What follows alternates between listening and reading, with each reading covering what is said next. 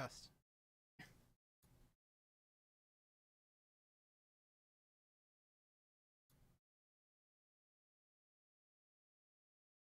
Okay. I think that's working.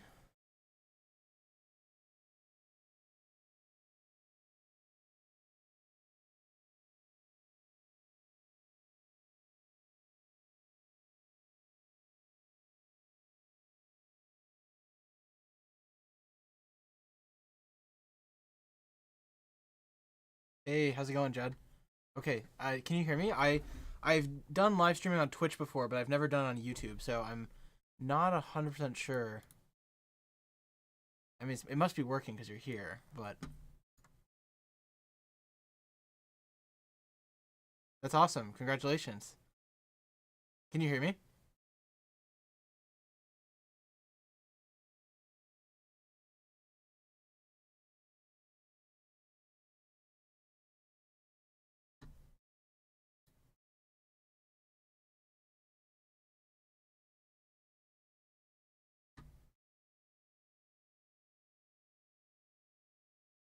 Okay, I can hear myself, so we should be. Nice. Cool. Yeah, I mean, feel free to put questions in the chat. I was just planning on doing some sorting and answering questions. Someone in the Discord recommended that I do like an intro to spreadsheets. So yeah, I set a monthly goal at the beginning of the year to stream once a month at least. Try and kind of get involved a little bit more in the community in like a live setting. Kind of just have some fun with it because I only upload 4 times a month. So yeah, feel free to put in any questions that you'd like to have me answer, or you know, business related, or you just want to know a little bit more about me. Happy to answer them. I'm gonna grab some cards to sort, and then we can go from there. So kind of an unplanned stream, not a whole lot on the agenda. Just figured I would kind of go with it and do whatever people want to see. So I'm gonna post this into Discord real quick.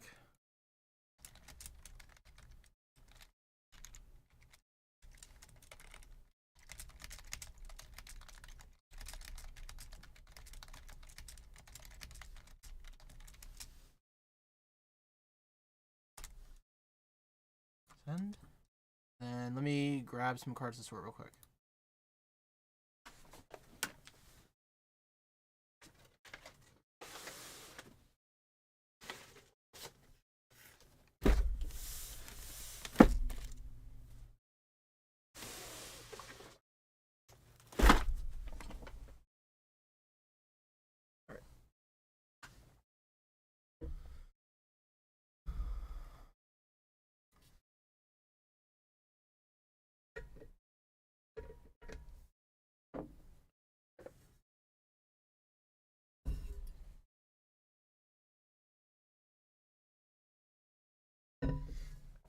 So Jed, how has starting your own business been? Tell me about it.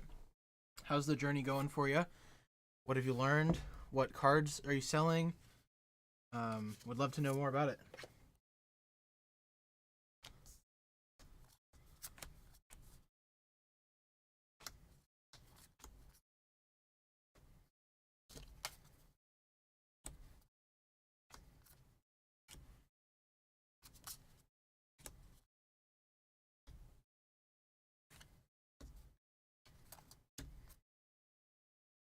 Ball.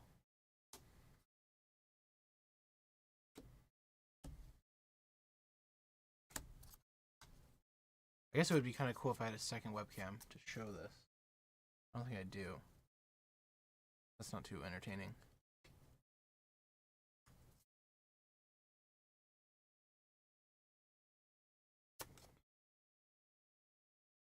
What do I do with trainer cards that aren't worth much to sell? Yeah, no problem, Billy Ho. When I have trainer cards that aren't worth selling, like Rustic Sword. Actually, I think Rustic Sword's pretty good, but Zacian's rotating. When I have cards that I don't sell, I will either bulk lot them to eBay or Amazon, or I will list them on TCGplayer with a price floor of 25 cents. And if neither of those work, which bulk lots work pretty well, but if that doesn't work, then I will just flip it to someone else that buys bulk at a higher rate. So if that method doesn't work, quite as well anymore because bulk has fallen so much in price, but that's what I used to do. What's a good thermal printer I would recommend? I was looking and found a few for around 100-ish range. I use a Rollo printer. Rollo printers are excellent. They can print in 6x4 labels, and if you get your labels from UPS for free, you're essentially printing labels for free. So I'd highly recommend the Rollo printer. I think it's like $200 on like Amazon or something, but I bought mine on eBay when I got into this business used for I think $150. So it is a little bit higher than $100, but I would highly recommend it. They're great quality, and they're great quality, and they've accomplished everything that I've needed to do. How much did they raise wholesale prices for Scarlet and Violet? So I think my cost on booster boxes is now $95.20. I mean, I'm okay to just show you guys. Let me go find it. Hey, Brian, PokeNE. How are you? You're asking me for a free video chat. Wanted to ask more about selling repackaged cards on Amazon. Yeah, which email, Billy Ho? Or, yeah, was that an email or was that in the Discord?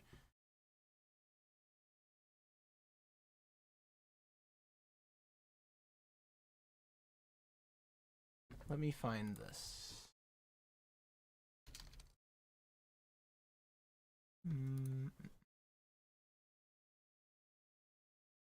Okay, so sent a friend request on Discord earlier. Did you have the red profile picture?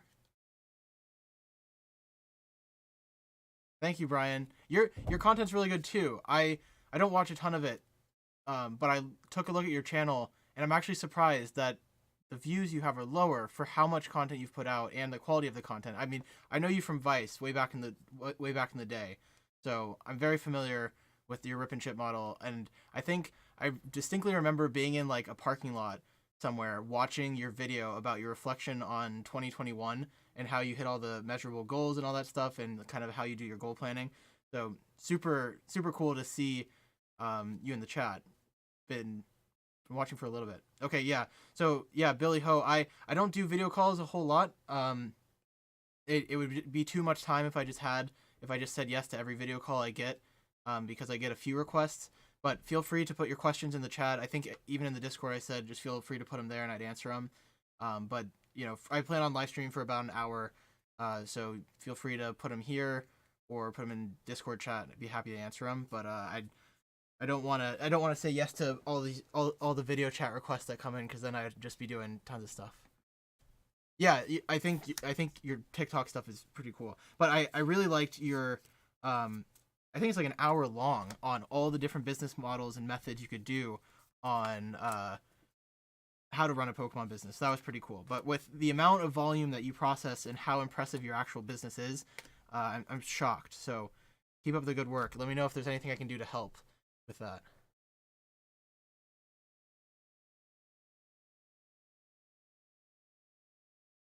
Yeah, Matthew, I just figured I wanted to sort some cards. Maybe in the future when I actually know what I want to do with these live streams, I'll get a little more creative. Someone in the Discord said I should like give a rundown on how to use Excel and spreadsheets, which is really funny because since I do that a ton with work already, I guess that could be helpful. I could show you guys how to set up a few little cost models for whatever business related things you would want to do. But yeah, Excel is a good tool to know. I feel like not much productivity on the sorting side is gonna get done with the chat, but yeah. So I used to stream when I was a competitive Pokemon player, so I have a little bit of streaming experience. But obviously, this is not the stream that's gonna be terribly entertaining. I hope it's more educational. Maybe at some point I can get a second webcam. I can show the cards that I'm streaming at the same time. But yeah, if you guys have any ideas for what you want to see in the live streams, planning on doing it probably once a month for about an hour. And then, you know, if I have extra time during that, I'll just go longer. But yeah, happy to just answer any questions. Yeah, the Vice video is sick. If everyone in chat, if you haven't seen PokeNE's Vice video, highly recommend it. It's really cool. They get all these action shots and stuff.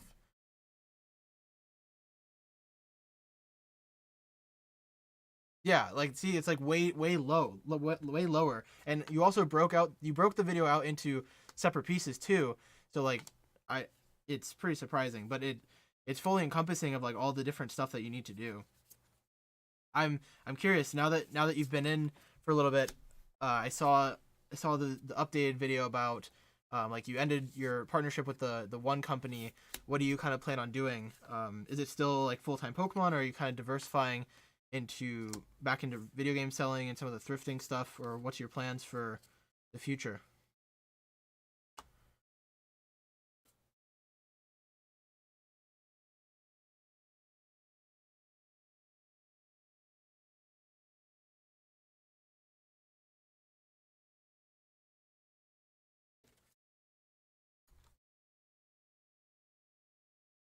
Mm, I Billy Ho, I don't know that I ever saw a friend request come through from you because I checked my pending and I don't see it. But when it comes to selling the package cards, how long does it take for you to sell 100 units of 50 cards? How often do you restock? I haven't done this in a long time.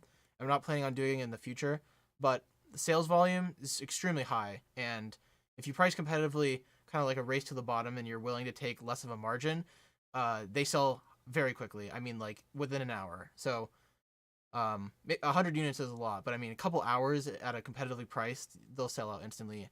As for how often I could restock, it was whatever volume I could get. I mean, it's I wasn't I got a good pipeline of bulk coming in, but I'm no like major business that was doing bulk. So my restock schedule was just kind of whenever I could do it. Maybe like every week and a half, 2 weeks. But I think I think if you built an entire business around, I mean, I don't know. So in my opinion, I think that that space has changed a lot. It's not. I don't think it's as lucrative as it used to be. Maybe some of the lots, like the hollow lots and the hollow rare lots and the reverse hollow lots, like those ones, I think are still worth selling. However, commons and uncommons for me, when I'm working and have school, the return on invested time is not what it used to be in terms of money. So that's not something I plan on doing. I plan on doing direct instead. Um, but that would be my answer there. And then yeah, just Billy Ho, resend the friend request and I'll accept it. I didn't I checked the pending tab and didn't see it.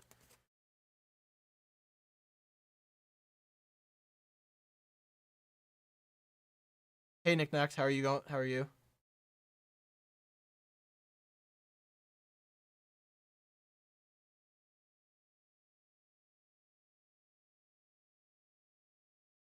Oh, so did you did you sign with Twitch or something? That'd be crazy. Yeah, I think so. I was actually just talking to Matthew or Finding Charizard about this. I think the rip and ship model is incredible if you have the time to dedicate to it. I mean, if you have distributors, you can get cost for less, or you can get product for less, which is pretty shocking. And then still charge more, or even at MSRP if you wanted. And then from what I've seen, some people are able to like pass shipping onto the buyer. If they're doing Twitch, they would have memberships, all sorts of stuff. So I think, you know, personally, if I had more time and this was more of my main focus, I think I would eventually do rip and ships.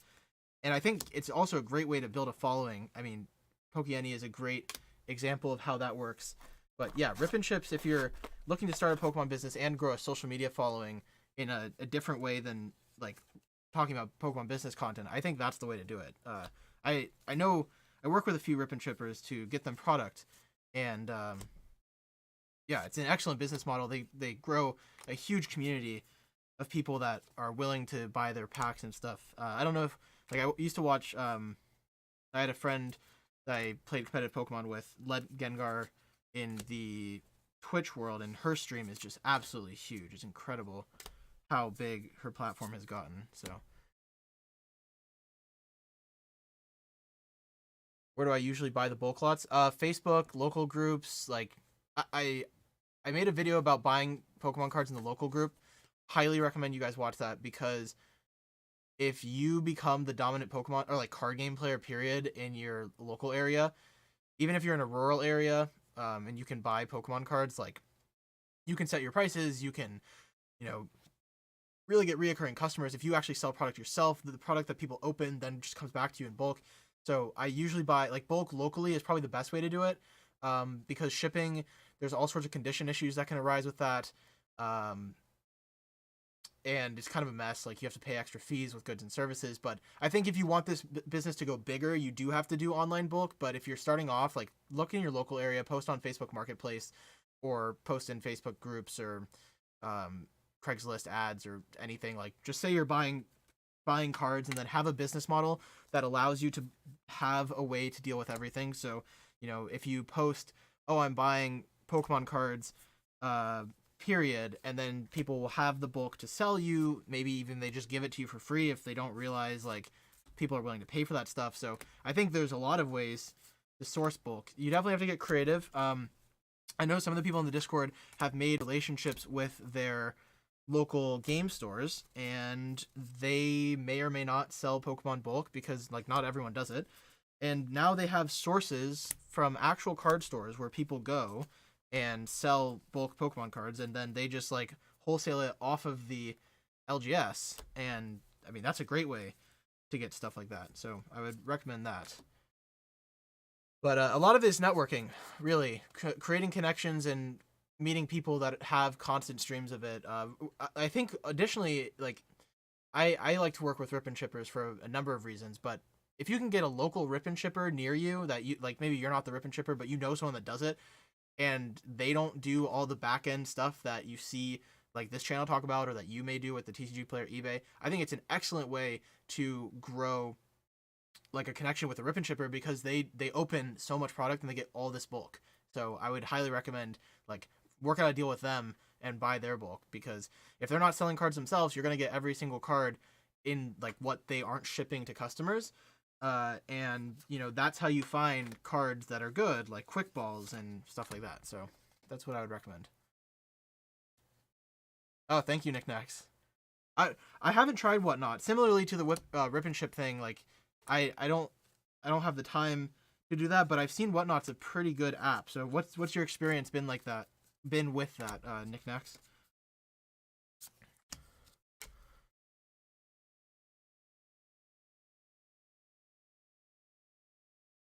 Okay, gotcha. Yeah, Japanese rip and chips too. I mean, Pokeani is an excellent example of that. I think the key there is finding how to source the Japanese product for cheap. Personally, I know some people in Japan from when I played the card game, but I've never made the attempt to try and like figure out how to wholesale product through them or have the middleman, because it just kind of seemed messy. But I would love to figure out how to get a Japanese distributor. I just like when I would deep dive that, I would go on the Elite Four forums and try and find people that did know a little bit about that. It always seems so black box and heavily gated. So I've never been able to break through that. It just seems like a world of mystery. But maybe in the future that opens up. I'm not too sure. How's it going, the Southern Greeks? Welcome, welcome. Yeah, that makes sense. Pokeni, for sure.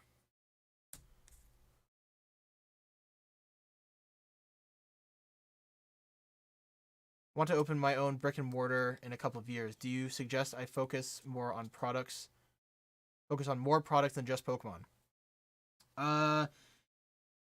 Mr. Dragon, I will be honest, I have no experience in any card games other than Pokemon, so I'm not the best person to ask. However, I know from my own business and like being an e-commerce store that has an access to a distributor, I do plan on getting into other games. I mean, if it makes sense. Like if I know there's a little bit of drama with like Magic booster boxes being on big websites that are just dumping the product for cheaper, and then it's kind of messing up the distribution chains and like all the local stores that have that. At least that's what my impression of the situation is. I don't know how accurate that is. I think for me to continue expanding and get bigger and bigger, increase my spend with distributors, it makes sense to take on more product from those places. So I would say yes, but definitely like what I would say, and what I've learned from LGSs that I've gotten relationships with is you should niche down into one game. So if that's Pokemon, you should know everything there is to know about the Pokemon. You shouldn't be involved in competitive. You should be involved in collecting. You should know what cards sell where, how to do everything. And then on top of that, once you get really good at that one, get a little bit of knowledge in each of the other games. And then if you have a LGS and you start to hire people, then you should be hiring people that have their expertise in that particular game. So that would be how I would approach it. I don't know if that's correct, but that would be what I would do. No, Justin, I checked. The distributor doesn't have One Piece. Do not speculate on Magic unless you play the game. It is very difficult to crack that market. Yeah, before I would jump into anything, I would make sure that I have places to get rid of product and all that. Yep, that's wishing you could work with a distributor, but they're online only is kind of, or they're against online only. It's kind of the trend. I have not made that video yet. I know I talked about it, but just kind of still getting back into the swing of things. I will make it. I'll actually, Brian, maybe you can help me out. I do not know the legality with calling distributors, so that's one of the hesitations I have. I need to look it up for my state, but I don't want to get into any trouble for recording a conversation. So I was thinking maybe I just record it one way, like I saw you did with the voicemail. I don't know if you did any research into that before you made that video, but I would be interested in what you learned there before I do something drastic.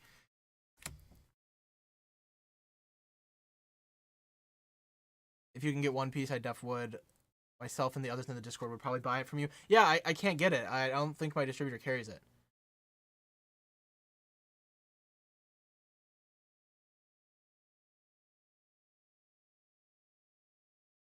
Yeah, Billy Ho, I'm not sure. I don't see the friend request in my tab. There's been other people that have friend requested, so again, just put it in the Discord chat, the main Discord chat, and I can see it there. Or try figuring out how to get the private message. Someone mentioned me in the Discord. Oh, yeah. No. Okay, it's you. Alright, I sent you a friend request, so go ahead and check that out.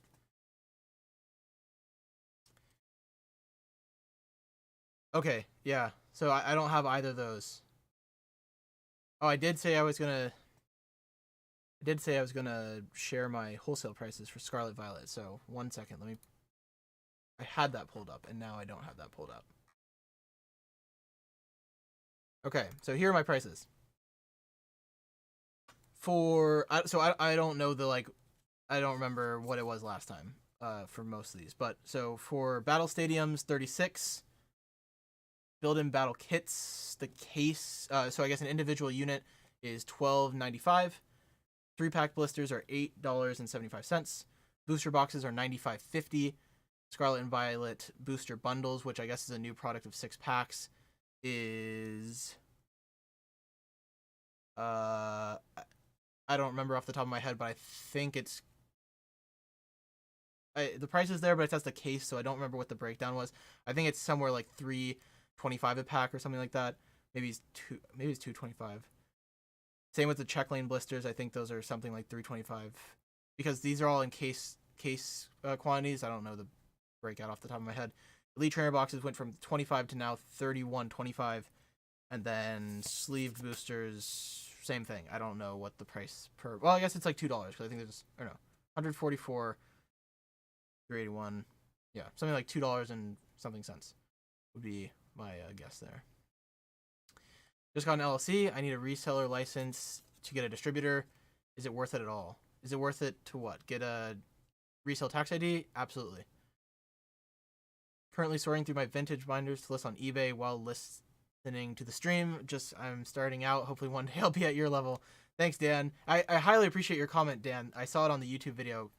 Absolutely insane you've been here since 500 subscribers. This channel has grown a lot more than I ever expected it to. So that was really cool to see that. And shout out to Finding Charizard in the chat. If you haven't checked out his channel, go ahead and check it out. Finding Charizard was my 4th subscriber. So shout out to you, Matt. And Dan. Big thank you for support all the way up to this point. What is the value in wholesale to retail? Oh, gotcha. Battle Stadium MSRP 60. Build and battle kits $21.99. 3-pack blister 14. Booster box MSRP is now $161.64. ETB is $50. Or no. Yeah, 50.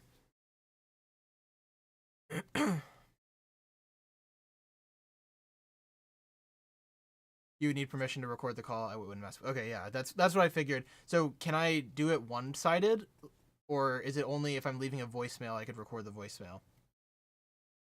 I think like I want to make the video. I think it'd be fun, but I don't want to like get in trouble for making the video, if that makes sense. And I think everyone can understand that. But yeah, definitely like, you know, at the worst case, if I can't record it, I would probably just make a video about how to get a distributor again. And I don't know how helpful that's going to be, considering, like, I think nothing's really changed from the last time I made the video. Maybe I would go a little bit more into the building a brand part and, like, making a website, showing you have sales, showing that you're worth working with. Other than that, I'm not sure what other value I'd be able to add. But yeah, like, if I can't record the call, like, there's no, like, I understand as like, I wouldn't want that. I wouldn't want someone to record my call, so I understand that. But little disappointed, because I think that was going to be a cool video. But I would make sure that there's something. I just, you know, I don't want to put out a video saying like, oh yeah, how to get a distributor, and then like have nothing work. You know, so we'll see.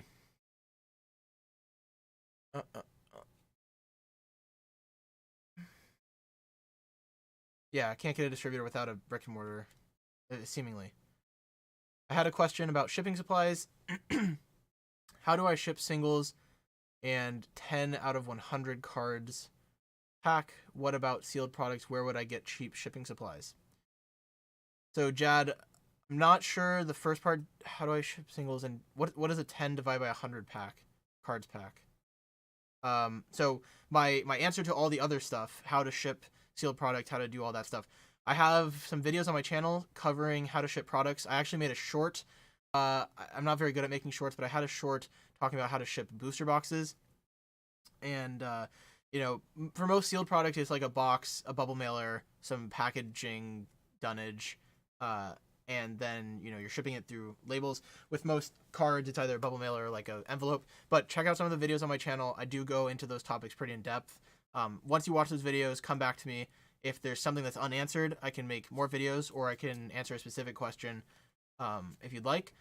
As for supplies, there's the supplies list that I put together that has all the affiliate links to Amazon on them, but for a lot of that stuff, you can find the products, or you can find the shipping supplies cheaper in bulk if you need thousands of stuff. The shipping supplies list is best for beginners that are getting into it and looking for small quantities of shipping supplies. But yeah, so I hope that answers that.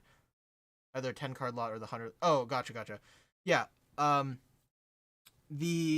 depends on what you're doing. If you're using a model where you're sending the product to a different fulfillment place, like you're not fulfilling the orders yourself, then like just a team bag and whatever labeling is required for that would be good. And then if you're doing it yourself, like my strategy here has been, I don't do this much anymore, but what I would do is go on eBay, create a listing for a lot, and then I would price it under what the other lots are selling for, because you're going to need to get feedback. So you're essentially selling bulk at a loss. Then once you get some feedback under your belt, start to slowly raise the price. And, you know, I would assume once you get 100, 500 like feedback on the lot, you would be able to then raise your price to be competitive with the other lots. And now you're closer to that $10 to $15 mark. So that is what I would do on the bulk lots. I would say if you're not selling on a channel where you are shipping somewhere else to have them fulfill the stuff, it's probably not going to be worth it to sell the bulk lots. That's my opinion. But, you know, find local game stores in your area that are willing to take it, and then try and just arbitrage pricing when you're offering to buy bulk lots. Just offer to buy lower. So this business at its core is pretty simple. It's a lot of buy low, sell high. And, you know, if you stick to that principle, I know it's a very oversimplification of what this is, but you know, at the end of the day, as long as you're figuring out places to buy stuff for cheaper and then finding places to sell stuff for higher, that's how you're going to be able to make profit. So, Jed, I hope that answers those questions. Do I have any aspirations to open a brick and mortar? Tyler, I feel like since I've been young, the answer would be yes. And now that I am more in like a corporate working setting, sometimes there's moments where like the dreams of being completely self-employed, doing my own thing, like grow greater. I love my job, but just, it is something I think about. So I guess I would say I have aspirations of doing it. However, I think if I owned a brick and mortar store, I would want it to be at the point where I can, maybe I own the building that the card store is in. That way I'm collecting rent from the other tenants and don't have to think about the rent expense that's occurring to the business, just as a way to kind of safeguard my mental. Like, you don't want to be, if you're running this business, you don't want to be thinking about rent on on the month to month. And I think if it got to the point where I had a brick and mortar, I think I would largely be like not involved in the process, because if I opened up a brick and mortar and I was the only employee, then I essentially just like bought myself another job, which is kind of what I'm doing now. Like, I don't have a whole lot of automation in the business, and this is like a secondary income source. So I'm hoping that the card sorter helps me with that. Excuse me. But yeah, I think a brick and mortar would be cool at some point, like just to say you have your own business. Or I was thinking a little bit too about the opportunities that TCGplayer acquiring eBay kind of presents, and as these fees kind of continue to get built up, I think it would be really cool to start another platform like TCGplayer. But of course, like, that's a huge aspiration, a huge thing to take on. But I just kind of thought about it, like, I see Card Trader Zero with their 5% fees, and like with eBay being gobbled, or with TCGplayer being gobbled up by a different site, like those fees probably are only going to keep rising. So if you can come in and do their service a bit better at lower fees and then attract sellers, like, that seems like a home run opportunity. But I'm not going to sit here and pretend like that would be easy. That's super complicated. And of course, if I did open a brick and mortar, you guys would see the whole process, so that would be pretty cool. Southern Hobby has it? Okay, well, William, or Will, I will look into it. I don't think it was there. And for sleeved MSRP was $646.56, and then wholesale was $381.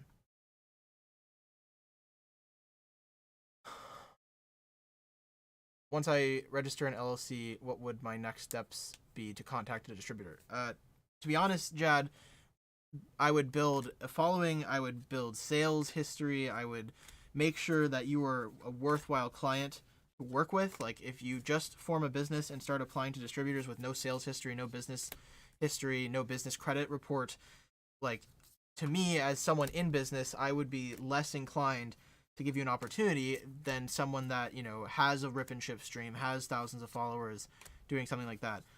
So in my opinion, your first step should be build the business itself, and then, through the attrition of grinding out single cards, and then over time, as you gain that experience, that's when you are basically pitching yourself to distributors and selling yourself.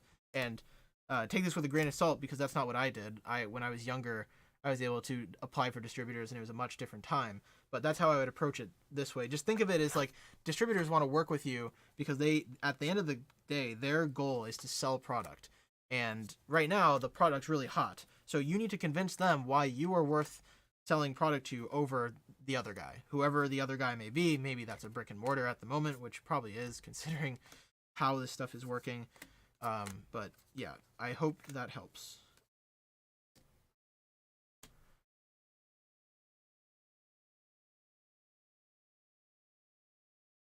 Yeah, I can mute them for sure. That way it would be more a fluent, authentic video. Just record the thing and mute the other voice. You can type what they say as subtitles. Okay, gotcha. Maybe I'll look into that. Do I use thermal printer or regular paper printer for shipping labels? Thermal printer labels. You can get them with the supplies list or like any other online retailer. However, I would highly recommend that you create a business UPS account, because you can get free thermal labels through there.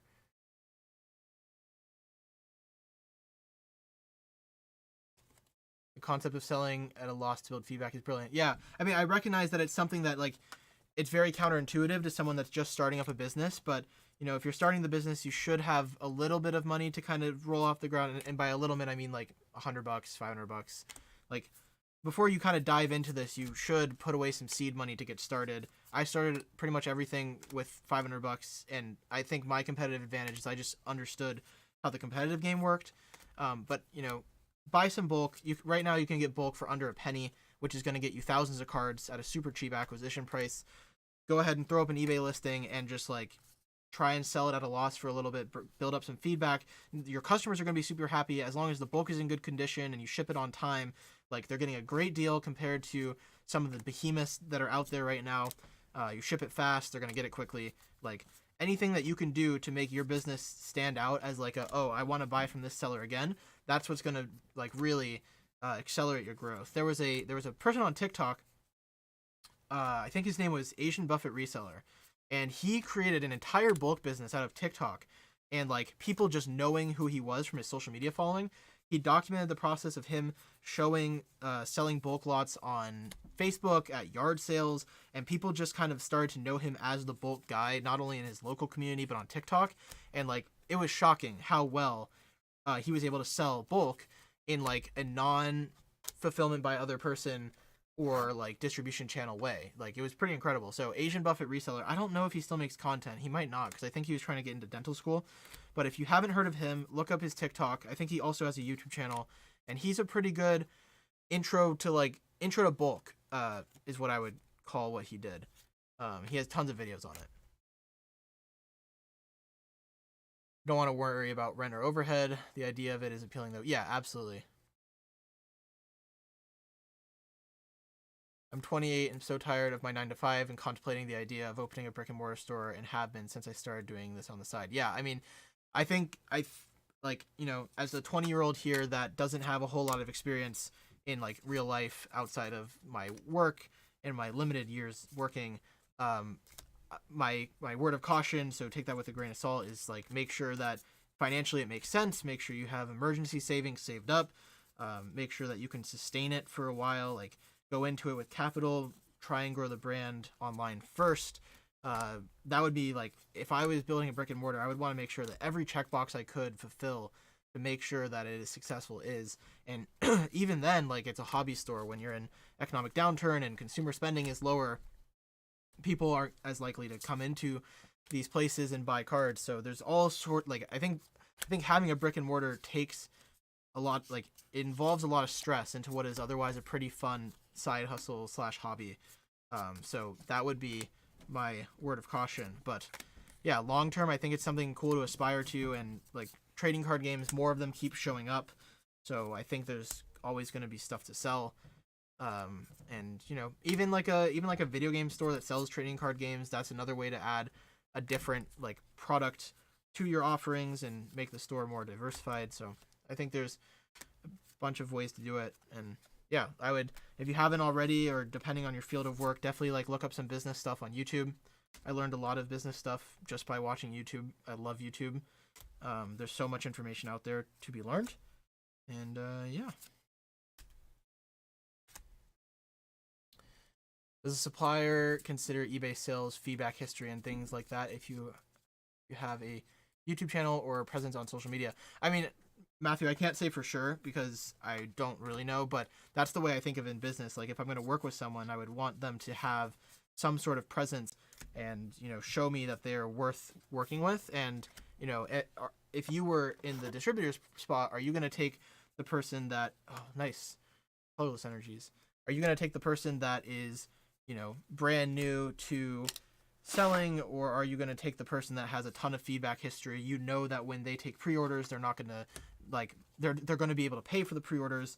You know what I mean? So like think of it from like the business standpoint. It's like what would they want? Would they want someone that has reputation and like a credit report and the ability to like they've showcased their ability to generate revenue and generate sales, or would you take the person that has no sales history and just started their business? So that would be how I would look at it. are you going to leave this video up for later viewing? Can't hang out long, but would love to catch up on any insights or advice. Yeah, sure, Mike. I can definitely upload this video. No problem. Yeah, Highlander 758. How are you? Good to see you. Or I guess I'm the one that's live in the flesh, but good to be interacting with you live. How have you been? Thank you for all the support and comments on the channel. It means a lot to me. We're kind of just doing a more chill live stream. This is the first live stream. I just, I wanted to kind of get more involved with the community because, I do like 4 videos a month. I don't have a ton of time to make content, and like I don't increase my content schedule because I want to make sure that I don't miss the 1 video a week. And like I would be afraid that if I added more, it would increase the complexity of that. So yeah, my goal for the year that I set in the Discord is to do 1 video a week, or sorry, 1 live stream a month. And if I get some more bandwidth, then maybe that increases. But yeah, feel free to ask any questions or just hang out. I'm just sorting cards. I'll show you guys a quick sneak peek of what that looks like. And eventually I will get a second webcam, and then maybe that makes this slightly more entertaining. So yeah, and then I think someone from the Discord said that they want to see me like do an intro to Excel.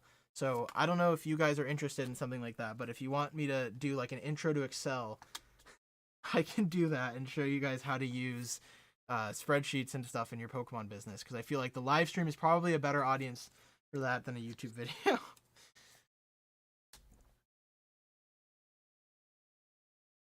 Thank you. I appreciate it, Tyler. That means a lot. Yeah, I try my best. I've been doing this for a long time, and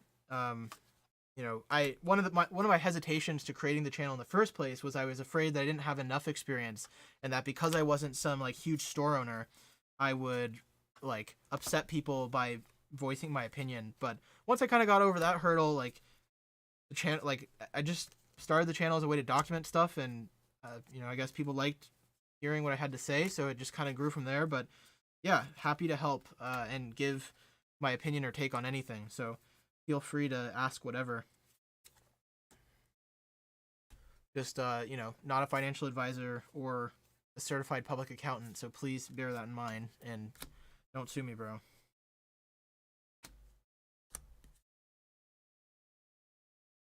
Smash the like button. Are there even like buttons on live streams? I don't think so. Oh no, I guess there is. I see it right there. That's cool. How do you separate personal collecting and business? Do you collect open packs for fun and hold sealed and hold product for collection? Interestingly enough, I actually don't open product at all. There's a few reasons for this. One, like I guess just to start this story by saying I run this business. The main priority of this business is to reinvest everything that I make from it back into the business and continue scaling. So in the 3 years I've done this, not a single dime out of the business has actually hit like my personal funds. I haven't taken anything out of it. I just continue to reinvest.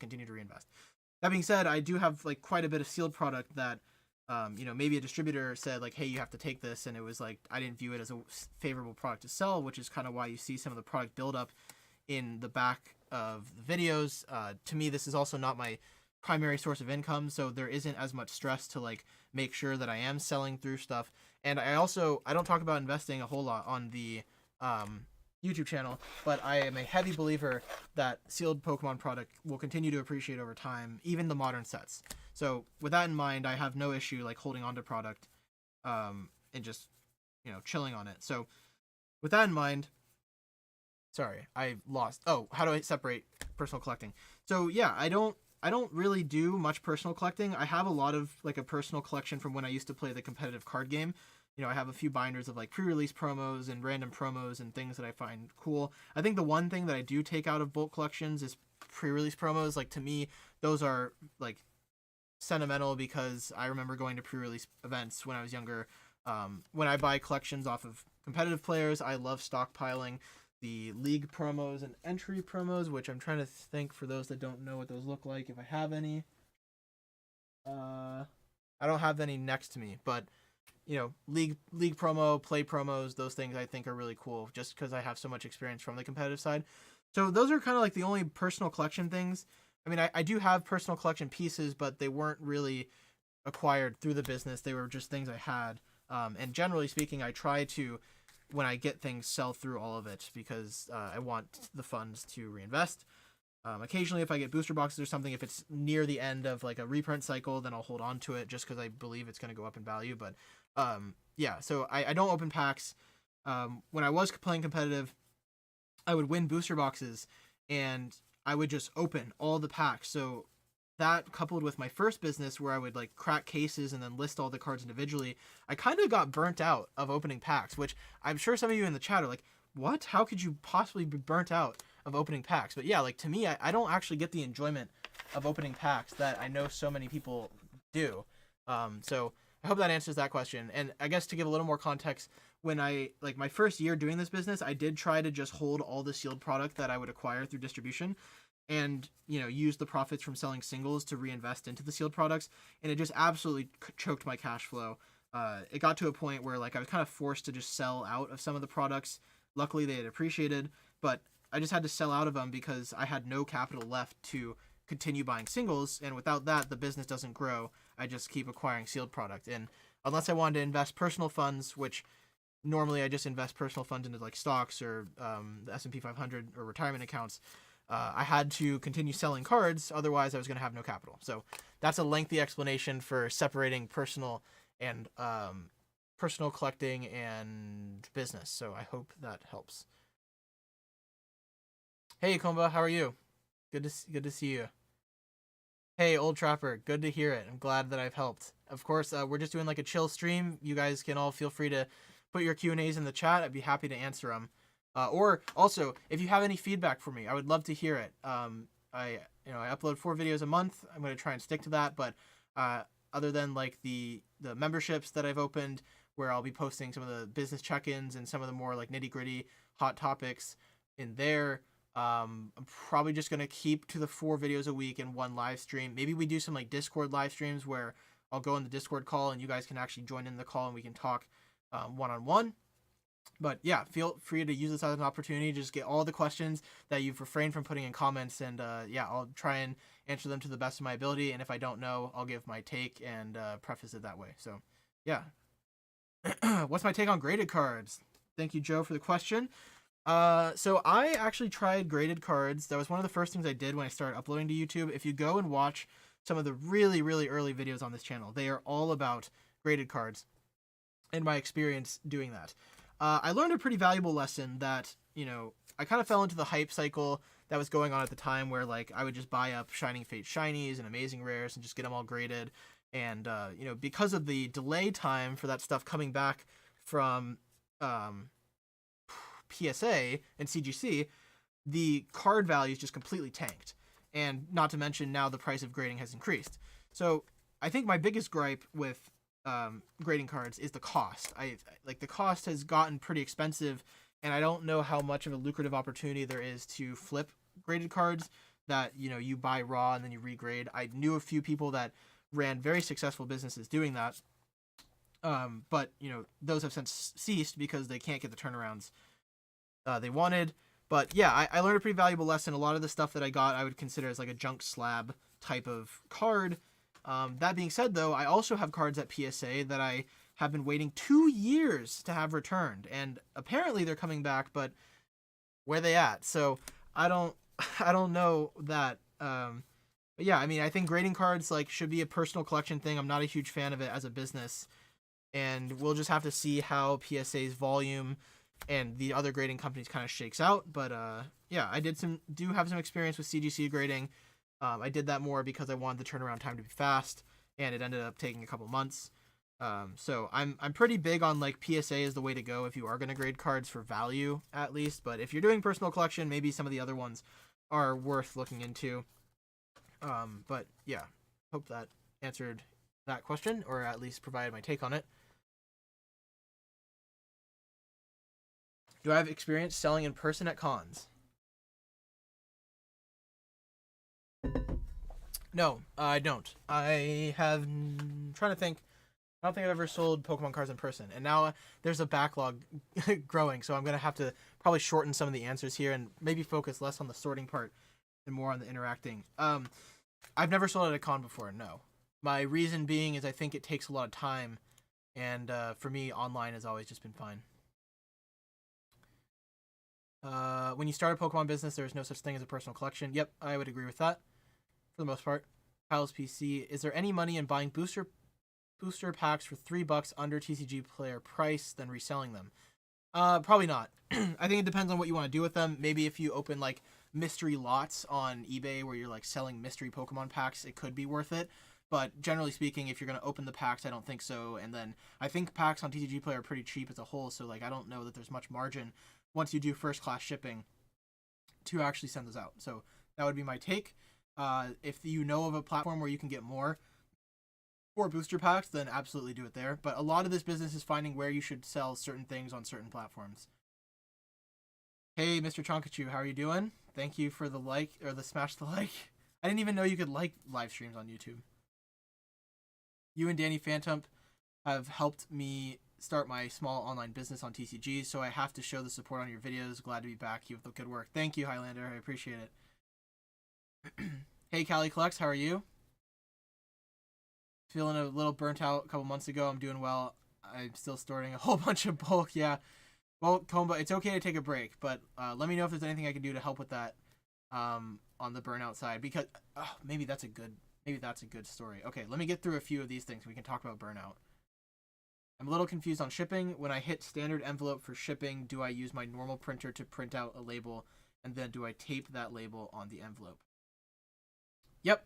So if you don't have a thermal printer, which I would highly recommend you guys check out, the Rollo printer is linked in the supplies list, or you can find it on eBay used for cheaper.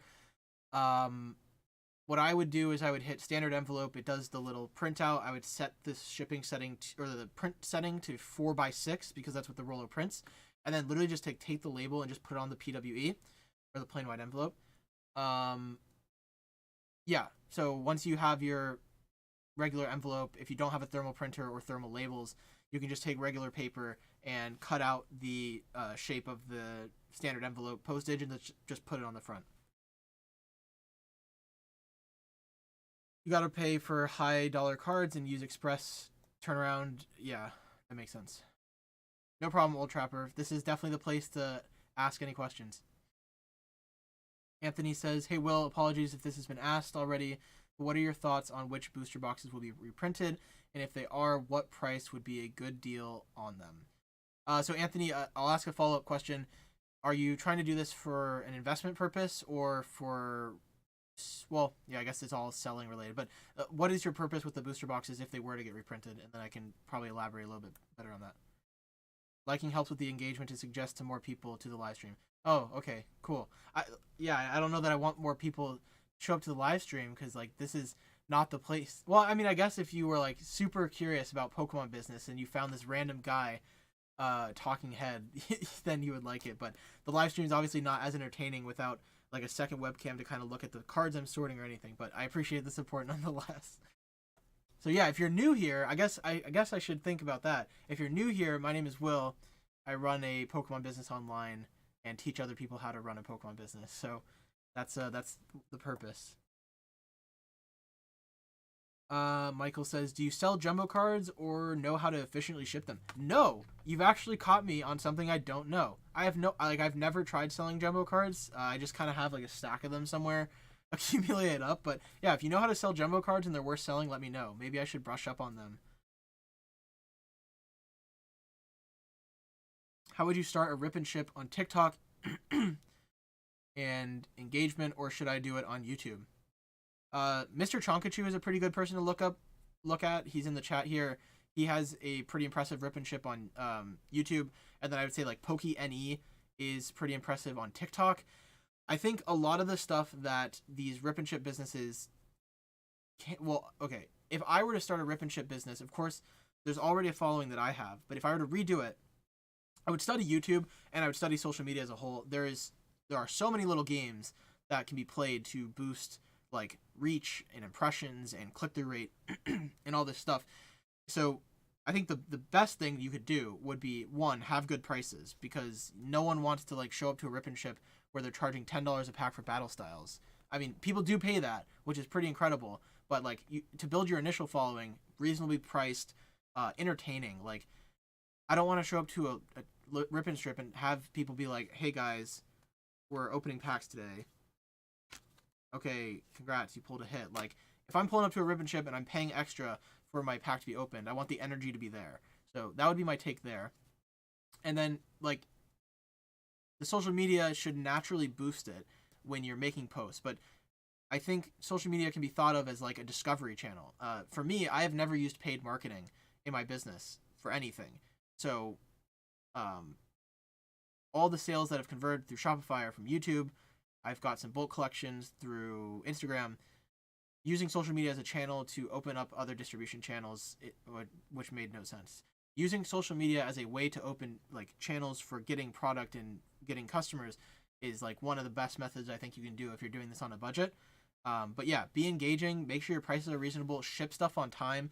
Like, my belief is that things should be shipped out in 24 hours. I just think, like, I don't want orders piling up, so I try and just clear backlogs as fast as I can. But yeah, make sure you have a quality rip and ship channel. See what other people are doing. Like, look at what other rip and ship YouTubers are doing and see what they're doing right, see what you disagree with, and then try and find your own voice in the space and make it so that other people come to you for whatever it is that you're doing. So from a non-rip and shipper, that is my take on rip and ships. Otherwise, hit up Mr. Chonkachu or Pokey Any. They would know much better than me. Nartru, you will, great channel. Keep building that. Thank you. I appreciate it. For investment purpose or hold of at least 5 years. Yeah, so I mean, if they get reprinted, I think we're going to see the prices come down quite a bit. I'm no expert here, and I can't predict the future, so I can't be for sure like, oh, they're going to fall to 130, or oh, they're going to fall for 100. But I have a video on this that goes pretty in depth about rotation schedules of the trading card game, other sealed products. But sorry, what was your original question? It was something about reprints. What are your thoughts on which booster boxes will be... okay. So which boxes will be reprinted? My take, this is my opinion. I don't know this for sure. I've gotten mixed senses from all over the place that some people say do not, they are not reprinting it. Some people say they are. My theory is, as a previous competitive card player, the competitive card game is going to be... Oh, shoot. Is it Shining Fate? I forgot from my video. It's either Battle Styles On or Chilling Reign On. Whichever one it is, it's basically all those sets going forward. And I guess it's technically the Regulation D mark, but whatever sets are still legal in the competitive play, I see no reason for those not to be reprinted in the future. So that includes, again, the starting set I'm not sure, but like Chilling Reign, Evolving Skies, Astral Radiance, Lost Origin, Silver Tempest, like all the new ones, Brilliant Stars. Like, if reprints occur, I would expect pretty much all of those sets to be hit because they're no longer in the rotation cycle. Sets that I don't expect to be reprinted would be anything before Shining Fates. So Shining Fates itself, Vivid Voltage, Darkness Ablaze, Sword and Shield Base, Rebel Clash. That would be my take on those. And I was actually talking to Shining Charizard a little bit about this. I think the value play right now, again, like if you take my advice on what sealed products you should be buying, like please do your own due diligence. But yeah, the like 130 box for Darkness Ablaze and 130 for Vivid Voltage seems like a way better price right now than 130 for Chilling Reign. So that would be my thought. Okay, Hey, thank you, Old Trapper. Welcome to the Lab TCG membership. Welcome to being a lab rat.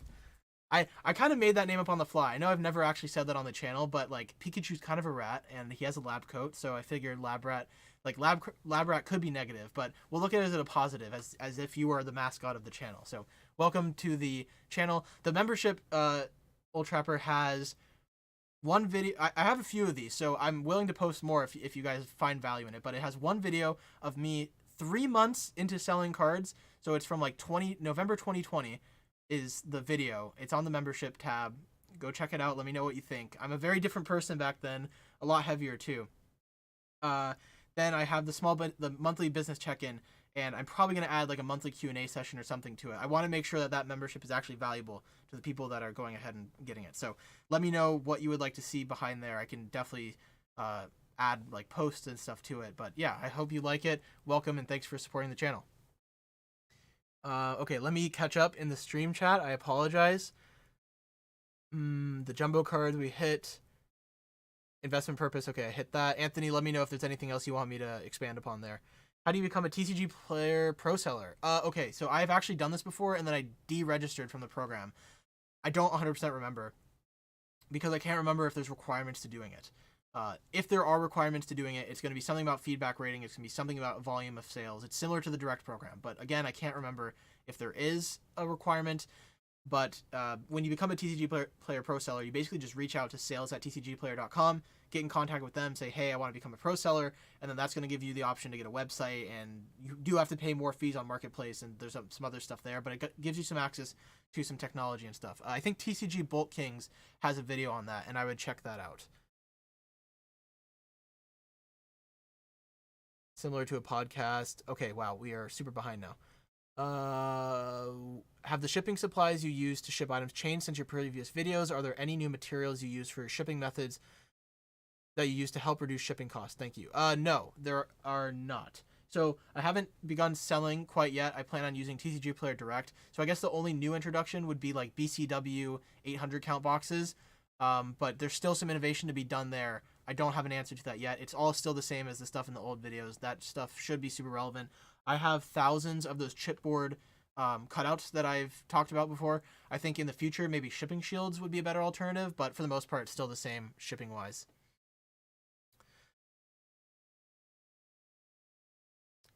I have a mountain of them, and looking on TCG, they have some decent value. Okay. Got some jumbo cards. Thanks for answering my question. That shipping question was the only thing holding me up from listing cards. Now I can list cards tonight. I'm really happy. Thank you, bunches, buddy. Yeah, no problem. Glad I can help. That was the whole purpose of creating the channel, was documenting my process and then helping other people. I think the About Me section on this channel is like, as an aspiring entrepreneur, I want to upload videos that document my process and teach others. So if you guys are getting value from the channel, goal accomplished. So thank you a ton. I'll probably do some content on the Rip and Chip side. We should podcast collab soon, Jenks. Yeah, Mr. Chonkachu, do you have a podcast now, or are you looking to start one? I was thinking about trying to get involved a little bit more with this. When I was a competitive Pokemon player, I used to do podcasts with the other top players in the game and try kind of pick their brain. I know Pokenomics does podcasts. I've been I'm interested in going on people's podcasts for sure, because I like talking about this stuff. But two, if hosting a podcast would be of value, I would have to think about a time commitment schedule to be able to do that. But yeah, let me know. If you do something, Mr. Chonkachu, and you want me to come on, more than happy to do it. So just let me know. Could I list singles on my Weebly website instead of using eBay to build up my reputation? And I plan to start a Twitch and YouTube and TikTok channel for the website. So Jad, so here's my thing about this. And sorry, I just completely shook the table. The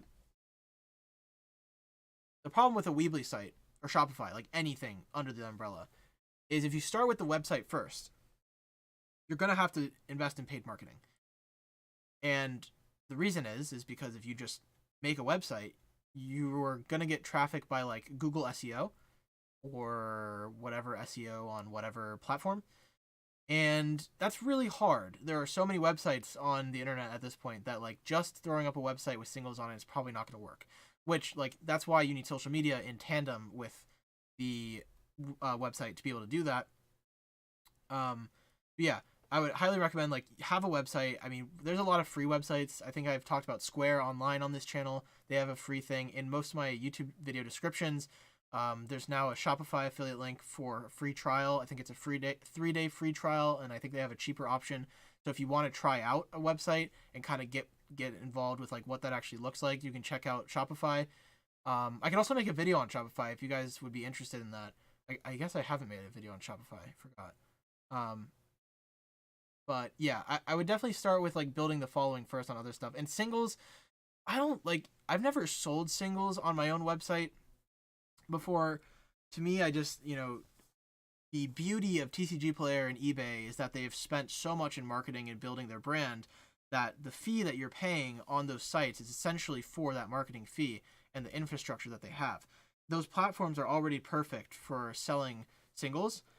So I think if you're Cardinal Gaming size, that's where you would want to have singles on your website, because your Shopify fee is going to be 29 excuse me, 2.9% plus 30 cents instead of 14%.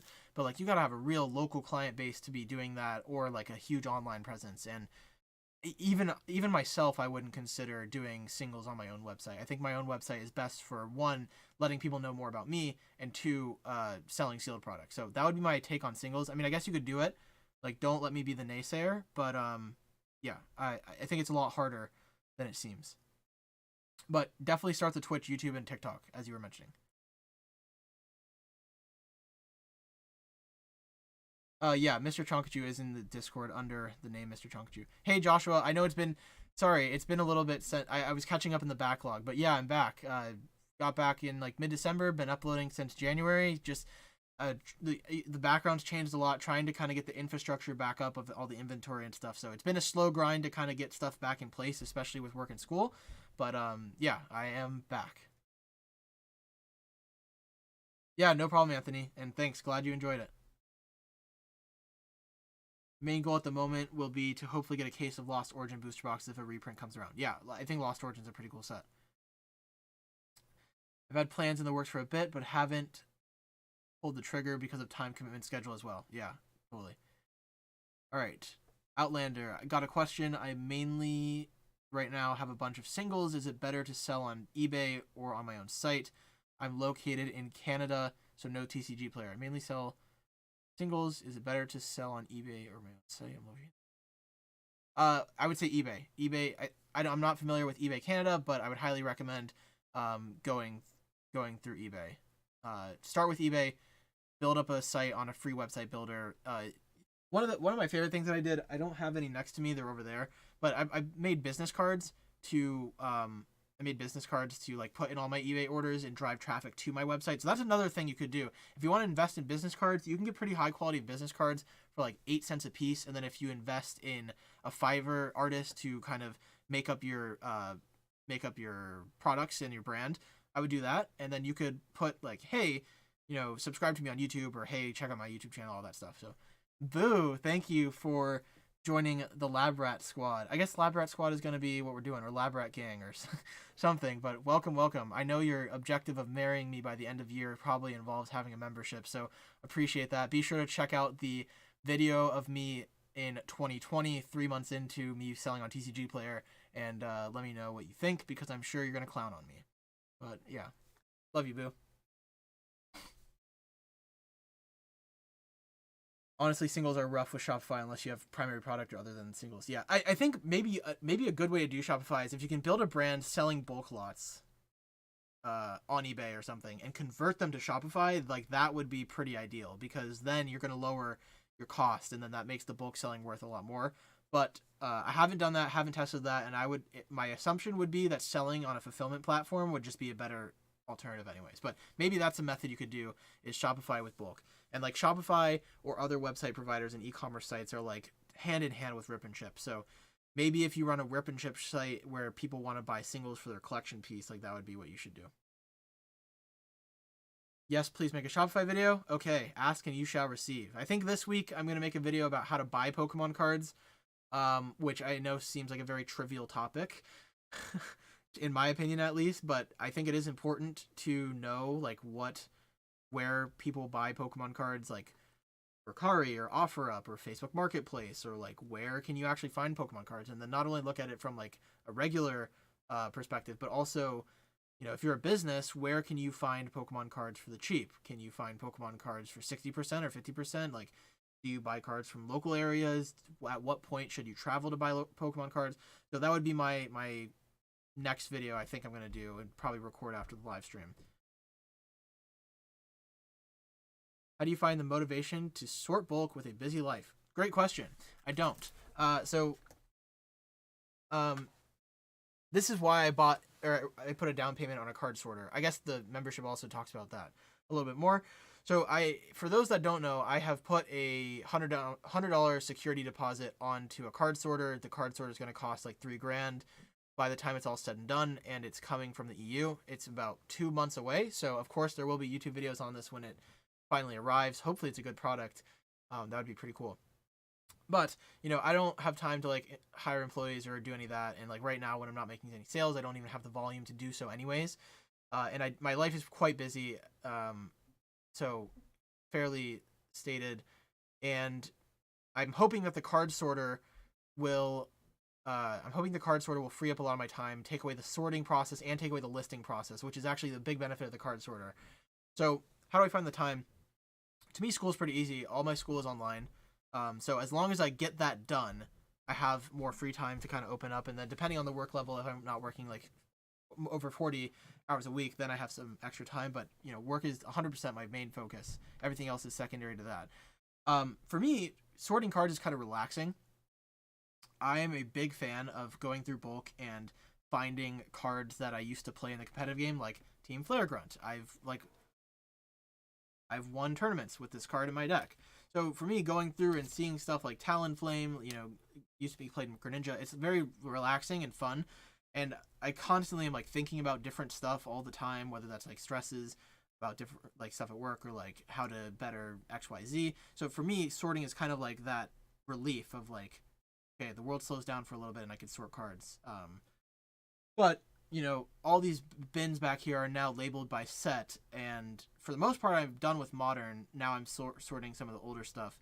But now I need to go sort those alphabetically. So the question is, that's why it's taking me so long. I mean, it's been about a month since I started uploading on YouTube again, and I'm nowhere close to where I want to be with my ability to list cards. So it's a slow process. It's going to take time, but this is a passion project for me, big time, and like a side hustle. So I'm not too worried about the timing of it. I just over time, it's going to be a journey and it takes time. But when I wasn't in school and when I was just working full time and doing this business full time, it was super easy. I worked 4 days, 10 hours each. So like it almost felt like I lived split lives, because on the other 3 days I could just work solely on the business, and then the 4 10-hour days I could just come home at night. And I felt like I lived split lives, because it's like 4 days and then like 3 days is a pretty good amount of time to work on something else. And yeah, I would just like spend all my time doing that. I don't do much socially. Like I'm very focused on making sure that I'm set up the long term, and I want to spend most of my young 20s continuing to build my financial position, I guess is the best way to put it. So yeah. Oh, a clown effect. But yeah, that's you guys have any more questions? I have officially caught up in the backlog, so that's good. I'll probably go till top of the hour, so at 7 Eastern, I'll go ahead and sign off, and then I'll probably do a better job at scheduling these. So maybe next time I set up a predetermined date. I just knew that I had to, like, I set a goal to stream every month, and my time kind of escaped me. So now that it's like January 29th, I was like, I have to do this. And yeah, it's been fun. Like, definitely want to continue doing it. I work for 12 hours and do Pokemon full time. Yep, yeah. I mean, when I was working like 40 to 60 hours a week at my old position, uh, yeah, like it was just that in Pokemon pretty much. U.S. versus EU market. I sell in U.S. So I will sort a little bit of bulk. Um, this card's pretty good. It's played in Mew, the Mew VMAX deck. I'm curious, how much, like, does anyone here follow the competitive Pokemon card game? I know I talk about it in quite a few of my videos because I think it's pretty important to know about, but that's my that's how I kind of got into Pokemon. That's kind of all I know. So for me, it's super easy to know all that stuff. But I'm curious, do any of you follow the card game? Do you have any favorite players? Like, what does everyone think? Or is it kind of boring to watch? Because that's a totally valid take. It is boring to watch, and like if you don't know what's going on, even more boring to watch.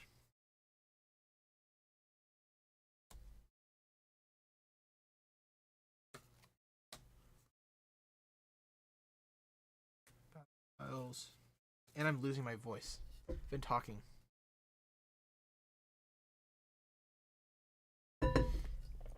Oh, boo. Boo, who's your favorite Pokemon player? And why is it Will?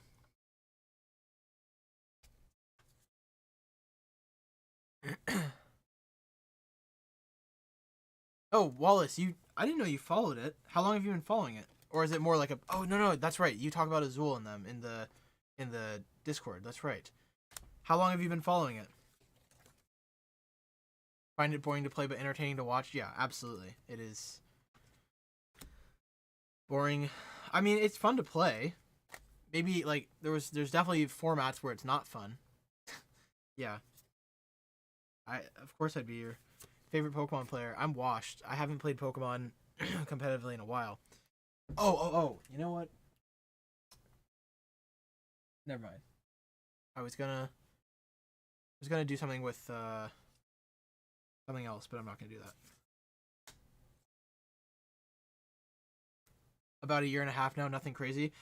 Wallace, have there been any decks that you've like really liked, or has there been any knowledge that you've gained from watching the competitive card game that's like helped you in the business itself? Like I'm curious to hear, is my theory right that like knowing about competitive helps? Because I think that's true, but curious to hear your thoughts as someone that's wasn't as heavily involved in it as me. If it's helped you at all in figuring out little secrets or like cards that are worth more, stuff like that.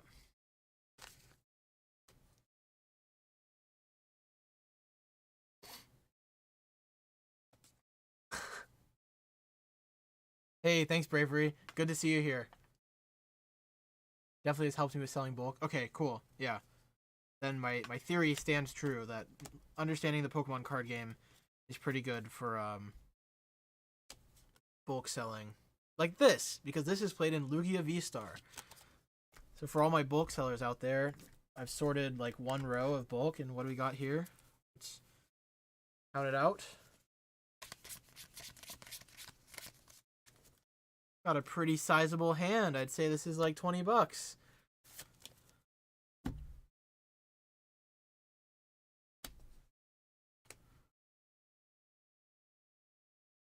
Bulk trainers and random commons and commons that are worth something, and why? Yeah, as well as why some older commons and commons are worth and what they're worth. Yeah. Did you check out the the PTCG Legends site? Was that of help at all? I think that like that website is amazing. I know for me personally, I am going to be using it to build the old decks, but I didn't even think of it as a tool to like see why certain cards are good until recently. So I'm pretty happy with the way that turned out.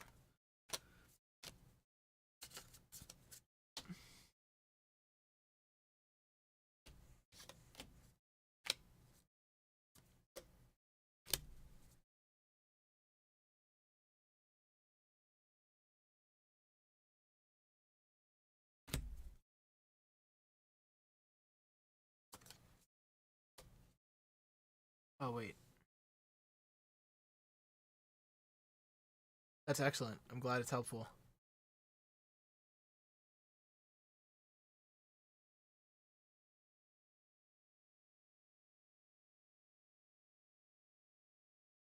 When is the video with Rahul coming? I haven't filmed it with him yet, but I'm trying to figure out a better way to do it. I think the last video was way too long and kind of boring. Like I do look at YouTube metrics quite religiously. Like I just love it. Like I don't know if you guys have any experience uploading on YouTube, but looking at view metrics and like click through rate and all that stuff is really fun. Which is interesting because like I use the same thumbnail template for every video, and that clearly hurts it. But I have a lot of fun looking at YouTube, so I'm trying to make sure that the next time I do a video with Rahul, it's like really entertaining for the viewer to watch, like informational but also entertaining.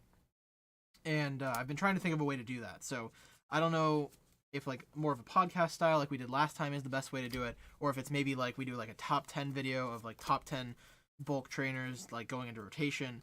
But Rahul has made some content on his channel talking about the rotation. So that's like if you want to check that out and get a head start before I publish my video, that would be a good place to look. But yeah, Rahul video will be coming soon.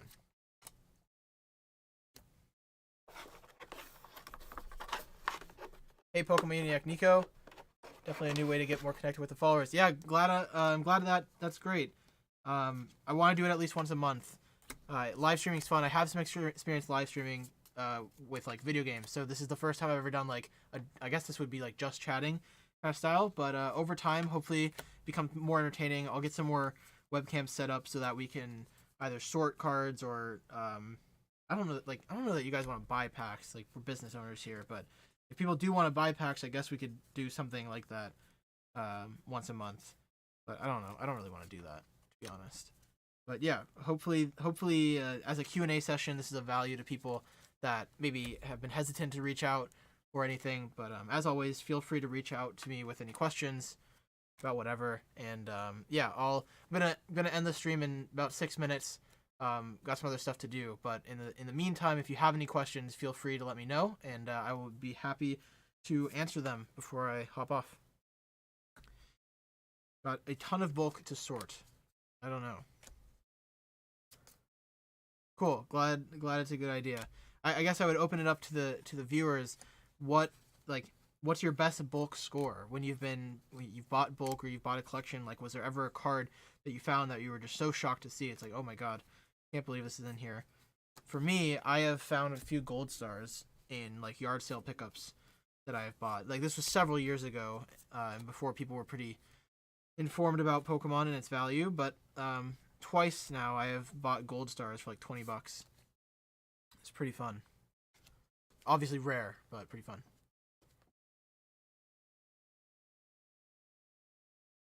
Yeah, definitely great multitasking. Hey man, you're really helped me out when it comes to selling on TCGplayer. Just wanted to say thank you. Yeah, Van, of course. Thank you for the support. Let me know if you have any questions or need any help with anything. I'm glad that the YouTube content and stuff has been helpful. That was the goal. I'm glad I'm achieving the goal. So always here to help. Hopefully the Discord has been a cool place. I guess that's another question I'd like to know for anyone in here. Has the Discord been helpful to you? There's so many people active in it. I love seeing the conversation that goes on there. Has that been helpful? How can I improve it? We can take this time too as like a feedback corner. If you have any feedback, what do you like about the videos? What do you not like about the videos? Feel free to let me know. Happy to improve anything I can.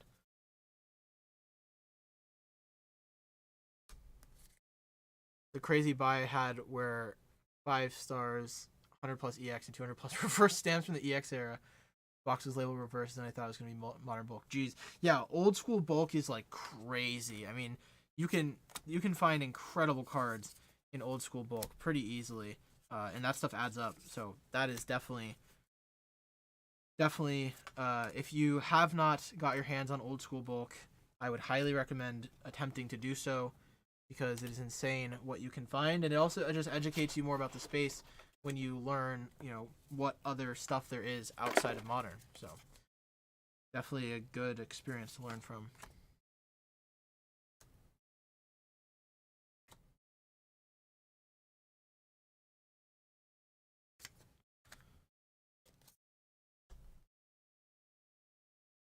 There's a few times where I also picked up like VS Seekers from like local stores for really cheap when VS Seekers was like $5, so that was also pretty cool.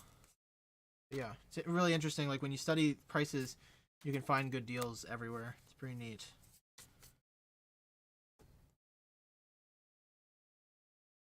What shipping service do you go with when shipping sealed product? I use both. So for creating the labels, I use Pirate Ship for the most part. And then as for shipping them, primarily USPS and UPS. It's the shipping service I go to. So Pirate Ship for the labels, and then USPS and UPS for actually shipping. Are the products behind you for sale on your website? No, not at the moment. I plan on, it depends on how much I get from allocation, but I will, depending on the allocation I receive from Scarlet and Violet stuff, there will be stuff on the website. But for now, none of that stuff is up there.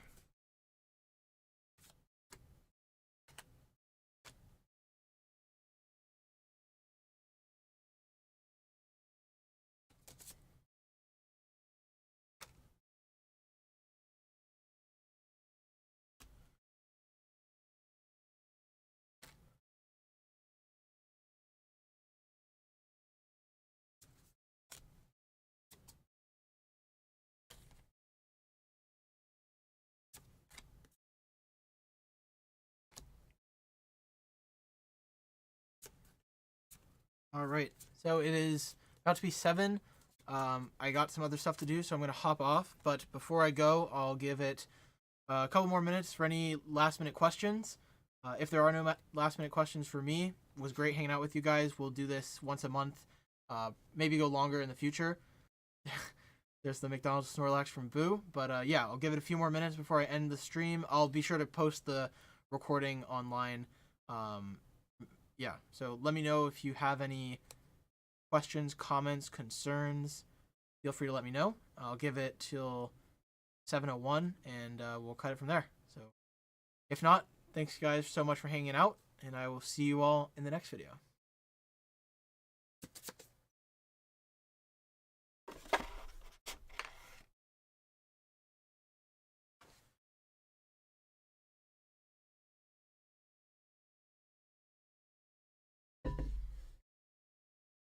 Yep, catch you in the next video.